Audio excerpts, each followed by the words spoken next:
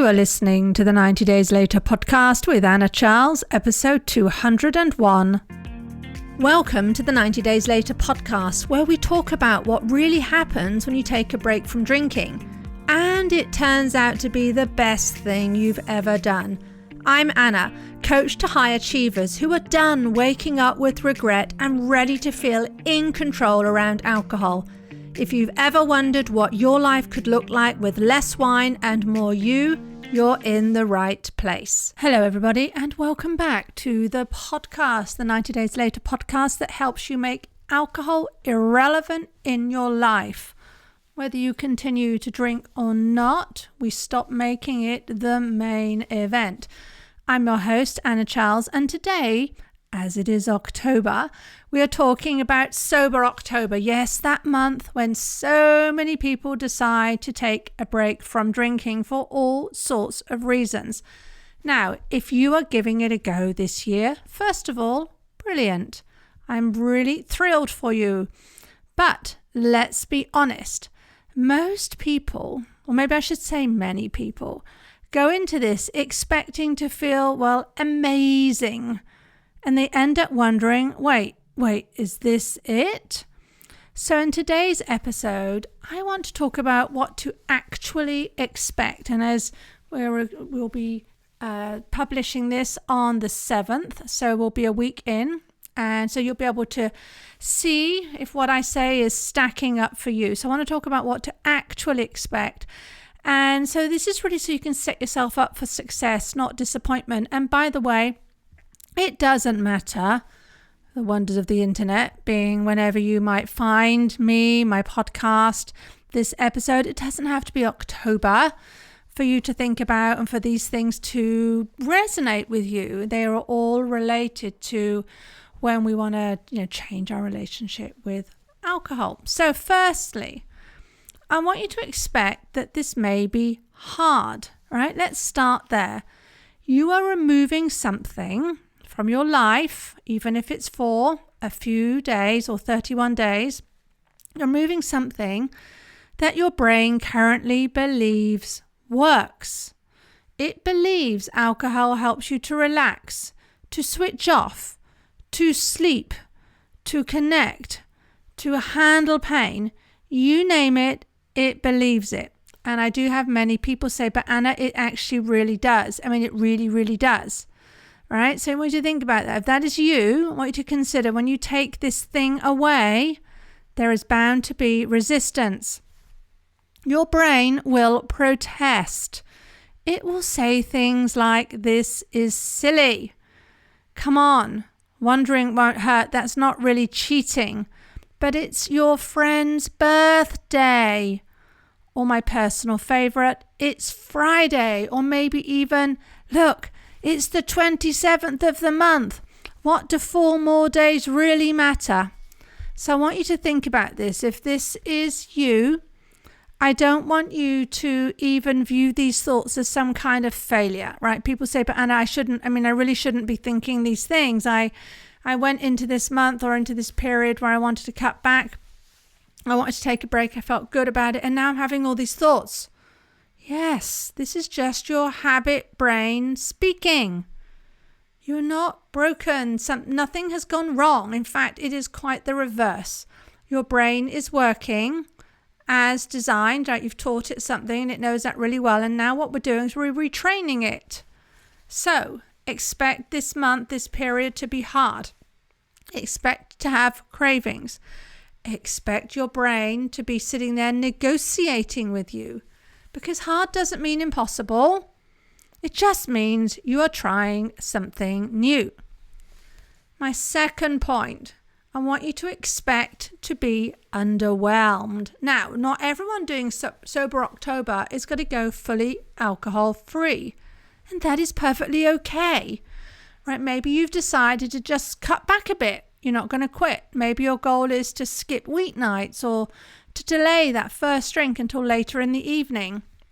If that is you, that is great, right? But if that is you and you're hearing everyone else counting down the days, doing all the big challenges, I want you to expect to feel maybe a little underwhelmed, right? Because you're not doing the big thing. Doesn't matter.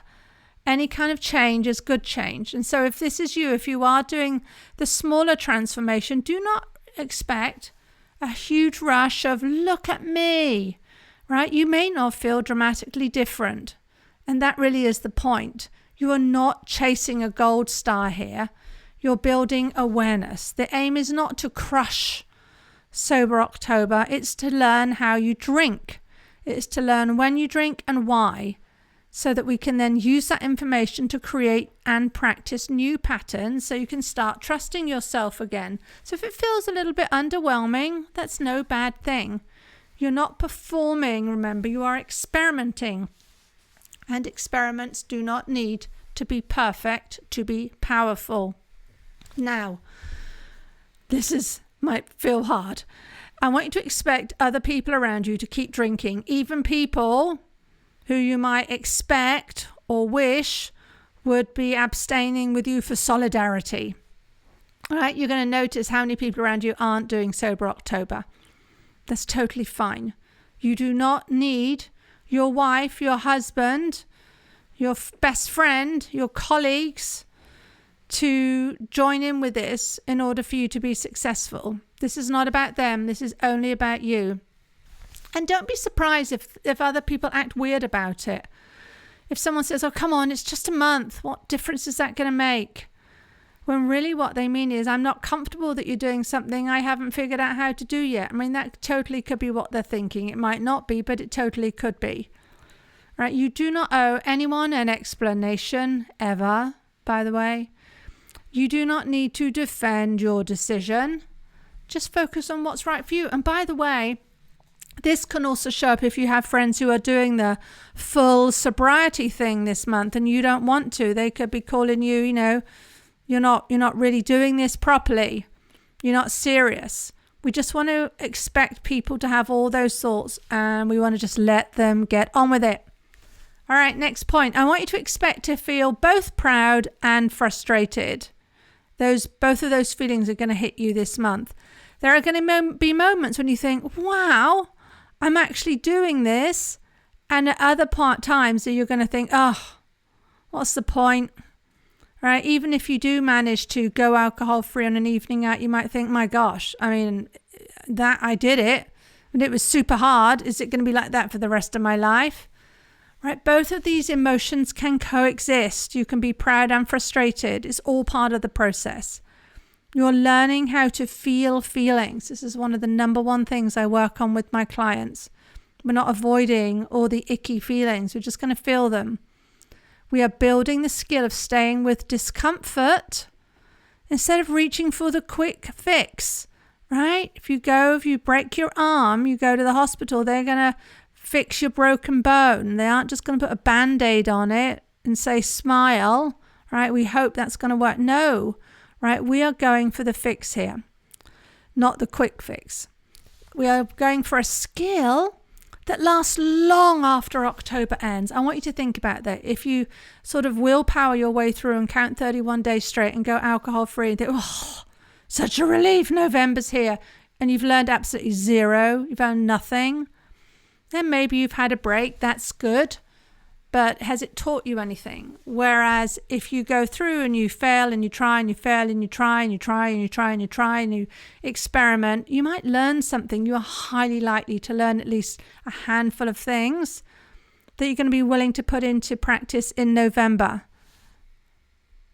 I want you to expect, this is my next point, I want you to expect that people will be planning the 1st of November, come back drink. Right? And this might not be happening just yet as I record this podcast, but certainly by around week 3, you are going to see it. People will start joking about what they're going to drink on the 1st of November. Maybe it's going to be a champagne breakfast. Wine o'clock is back.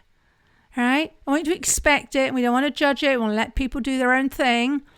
But this is telling you something. It's telling you that whoever's saying that has only kind of done what I will call the behavioral detox.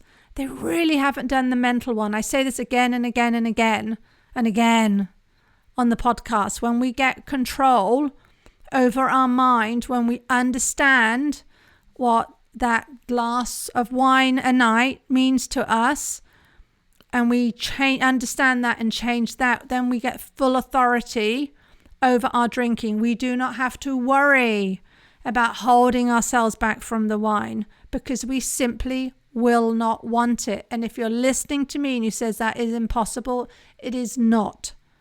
This is exactly what I teach, and it feels so freeing, right? So if you want this period of time to be more than a 31-day pause, I want you to encourage you to use October just to simply get curious.